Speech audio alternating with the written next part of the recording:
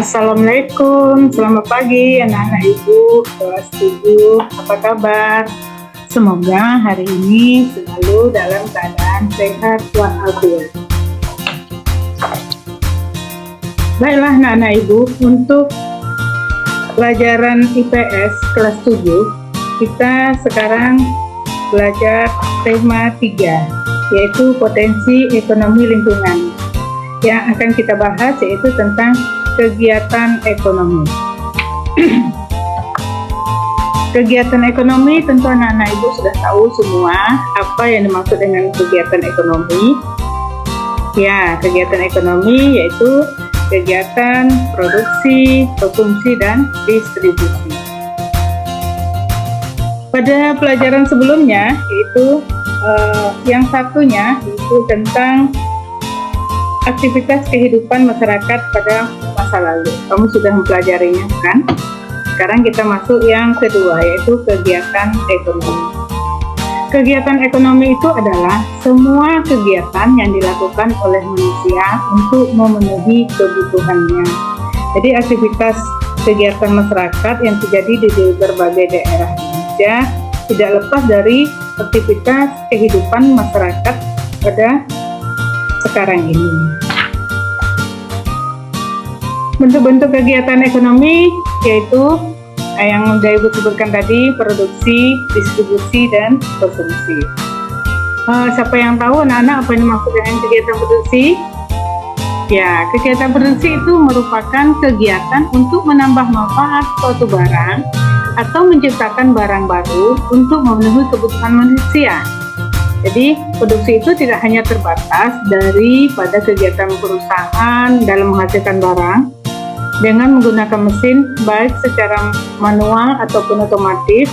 Produksi juga memiliki makna yang lebih luas dalam artian menambah manfaat atau menciptakan suatu barang dengan berbagai jenis pekerjaan. Jenis-jenis produksi itu ada dua, produksi barang dan produksi jasa.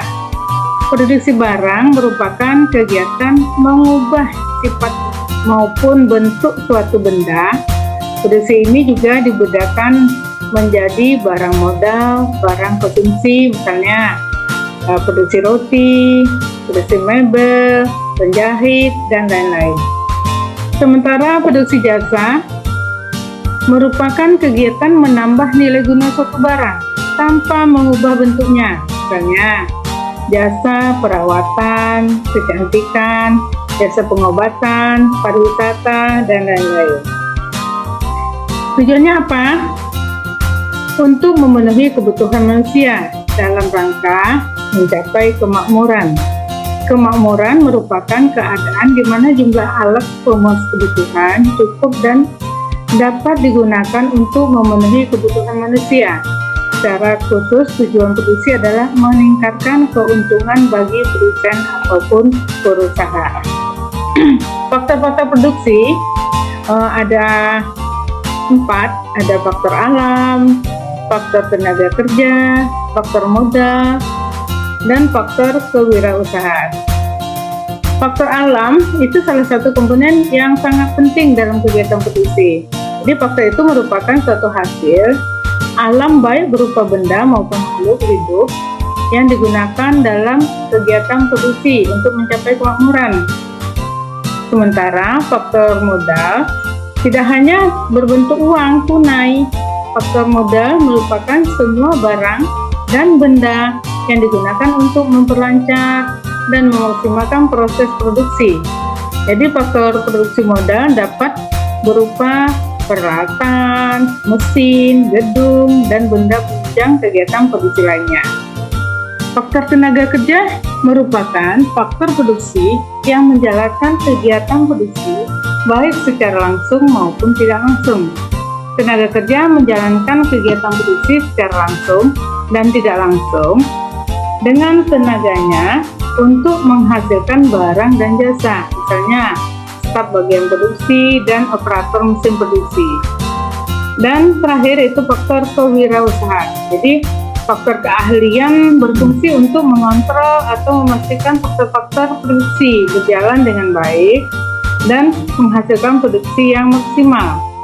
Faktor produksi alam, tenaga kerja, dan modal yang ada tidak akan maksimal jika perusahaan tidak memiliki faktor keahlian yang mampu mengelola semua hal tersebut. Distribusi merupakan kegiatan yang dilakukan untuk menyalurkan barang dari produsen ke konsumen. Kegiatan produksi tidak akan berguna jika hasil produksi tidak didistribusikan kepada konsumen. Jadi distribusi dapat dilakukan oleh perorangan ataupun lembaga produksi. Tujuan distribusi itu ada 4. 1. Sebagai agen penyalur barang produksi dari produsen ke konsumen. Yang kedua, memenuhi kebutuhan barang jasa yang tertentu. Ketiga, agar hasil produksi dapat dimanfaatkan oleh masyarakat secara maksimal. Dan yang keempat, menjaga keberlangsungan produksi perusahaan. Distribusi berdasarkan penyalurannya, distribusi dibedakan menjadi 3. Ada distribusi langsung, ada distribusi semi langsung, ada distribusi semi langsung. Kalau ada yang tidak langsung ya, anak-anak, ibu salah ini. Jadi distribusi langsung merupakan kegiatan distribusi yang dilaksanakan tanpa perantara antara produsen ke konsumen. Contohnya roti bisa langsung ya, Nak. Jadi yang menjual roti secara langsung, misalnya lagi perusahaan yang langsung menyajikan saji. Yang kedua, distribusi semi langsung. Distribusi semi langsung juga merupakan kegiatan di mana produsen mendistribusikan barang dan jasa kepada konsumen melalui perantara yang merupakan bagian dari produsen. Contohnya, Samsung menjual produknya melalui Samsung Center dan produksi yang lain-lainnya, Oppo dan lain-lain. Yang tiga, distribusi tidak langsung ya sebenarnya. Itu merupakan kegiatan distribusi di mana produsen mendistribusikan barang dan jasanya melalui perantara. Perantara tersebut dapat berupa agen, minimarket, pasar, dan pedagang kecil. Dan yang ketiga yaitu konsumsi. Konsumsi merupakan kegiatan menghabiskan atau mengurangi manfaat suatu barang untuk memenuhi kebutuhan. Tujuannya yaitu secara umum konsumsi bertujuan untuk memenuhi kebutuhan dan menjaga kelangsungan hidup manusia. Tujuan lainnya mengurangi manfaat suatu barang, menghabiskan manfaat suatu barang, menjaga status sosial di masyarakat dengan produk-produk kebutuhan tersier, menjaga kesehatan tubuh, dan konsumsi vitamin dan gizi seimbang, memenuhi kebutuhan jasmani, rohani, estetika, atau keindahan. Itu adalah tujuan konsumsi lainnya. Faktor-faktor konsumsi itu ada 2, ada faktor internal, ada faktor eksternal. Faktor internal, faktor yang berasal dari dalam diri seseorang, meliputi motivasi, sikap, dan selera.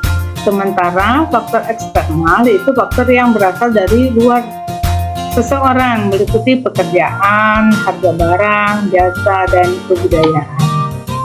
Terima kasih anak-anak ibu.